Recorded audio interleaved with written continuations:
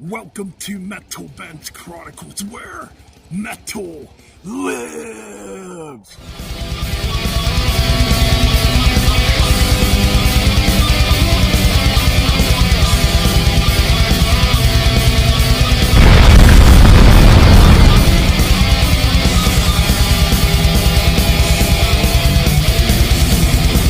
We're coming at you from the Metal Band Mobile here on Metal Band's Chronicles for this special anniversary album review. I know there hasn't been many videos like this lately.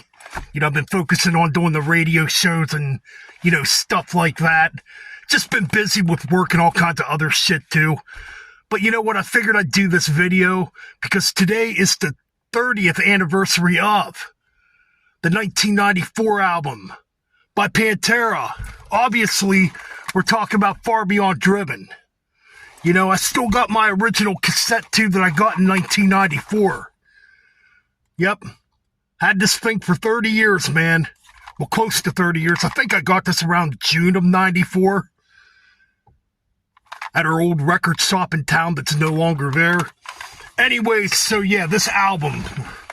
What can be said about this freaking album, man? It was the first album that I know of on a major label as far as like something extreme goes that hit number one on the top 200 Billboard charts at the time, So yeah, this was produced by Terry Date and Vinny Paul, So yeah, this freaking album, man, 12 tracks. Well, 11 original tracks, one cover, obviously. So yeah, let's just delve right into this freaking album, man. And let's see how it freaking sounds 30 years later. All right, man, Strength Beyond Strength begins things. This song, man, what a kick-ass way to begin this freaking record. It's thrashy, it's in your face. It's got some pretty cool riffs in it, just some heavy, heavy stuff, Right away, you're getting your ass kicked when this track kicks, or, when this track hits, man. I like the midsection, too, where it kind of slows down a bit, and, you get Dimebag playing this pretty unique, atmospheric, like, guitar solo, Freaking cool stuff. This track's killer. Still sounds killer, all these years later. Then we got Becoming. Now, this is one of my favorites on this freaking record. I love the riff in this track. I like what Vinny Paul's doing on drums, too. What Vinny Paul was doing on drums is absolutely brilliant and amazing on this track. You don't hear many drummers do stuff like this either. Like the double bass patterns he's doing is really, really unique. Very tricky sounding too, the way he's doing it. He's following what Dimebag's doing on guitars. Kind of similar to how, Alex Van Halen would follow Eddie Van Halen, in their rhythm section. Kind of similar to that. Really cool track. Again, it's got like a really weird guitar solo too, Love it. Love it. Still sounds great. 5 Minutes Alone! This track's really cool, man. I remember a long time ago renting this VHS tape. This must have been around late 94. There was this VHS tape out at the time. I forget what it was actually called. It had some music videos on it, though. It had, like, Prong on it with, I think it was Whose Fist Is This Anyway? It had, like, Napalm Death on it. Typo Negative and Pantera's 5 Minutes Alone was on this, and it had Sepultura's, it had one of the songs from, Chaos AD on it. I can't remember which one, though. Either or. Yeah, this VHS tape, it was kind of cool at the time, I kind of miss stuff like that. You don't get stuff like that nowadays. But anyways, yeah, really cool stuff. So yeah, cool video, too. Really cool song. I like this one. Really groovy, really heavy, And has a really good Dimebag Darrell guitar solo in it, too. I'm Broken is next. This one, funny story about this track. This was actually the first track I heard off this album. I remember, too, because I was staying at my buddy's house. We were just hanging out one weekend, spending the night at his place. We had Headbangers Ball on. I was getting him into metal at the time. Trying to get him into heavier stuff because he wasn't really exposed to metal. So the new Pantera video debuted. And it was the song I'm Broken a month before the album came out. This would have been February of 94. And I remember listening to it, and my buddy became a metalhead because of that track. So hell yeah, job well done on my end. But no, cool song, really groovy, you know. Kind of has like a Sabbath type of rip to it, you know. Good stuff. Good friends and a bottle of pills. Because your girlfriend was mine last night while you snored and drooled. Well, you get where this song's going. This is kind of like a whatever track to me anymore. I thought it was funny back in the day. Today it's kind of juvenile, I guess, but it's still kind of funny, you know. It's definitely non-politically correct. Really good stuff. Then we get a deep track on here, you know, Hard Lines and Sunken Cheeks. You know, probably the longest track on here, like 7 minutes and 1 second long.